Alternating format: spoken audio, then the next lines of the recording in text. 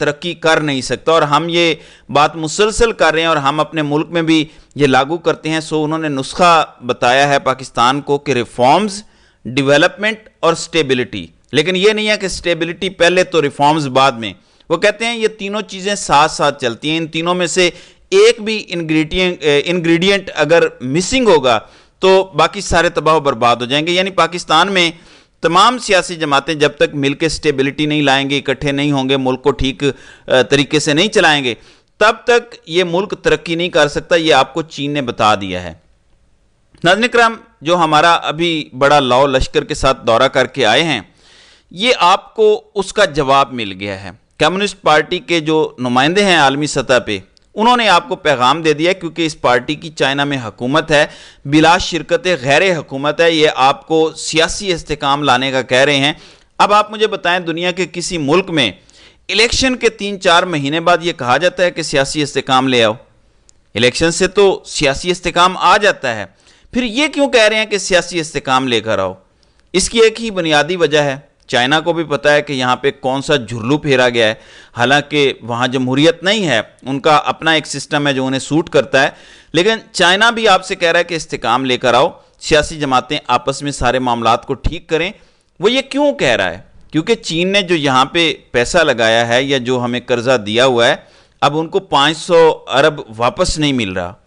چین کو اپنے سارے پیسے ڈوبتے نظر آ رہے ہیں۔ انہوں نے ہمیں 30-40 ارب یا 60 ارب ڈالر جتنا بھی قرضہ دیا ہوا ہے اب تک، وہ قرضہ ہم کیسے واپس کریں گے چین کو؟ آپ مجھے بتائیں۔ اگر ہم تباہ حال رہیں گے تو چین کا مفاد اس میں ہے کہ پاکستان کی معیشت ٹھیک ہو، لیکن انہیں یہ پتہ ہے تب تک ٹھیک نہیں ہوگی جب تک کہ ہماری پولیٹیکل سٹیبلٹی نہیں ہوتی، اور اس لیے یہ ملاقات اہم ہے جو آرمی چیف سے کمیونسٹ پارٹی کے عالمی نمائندے نے کی ہے، کیونکہ یہ ملاقات اسی بیک ڈراپ میں ہے۔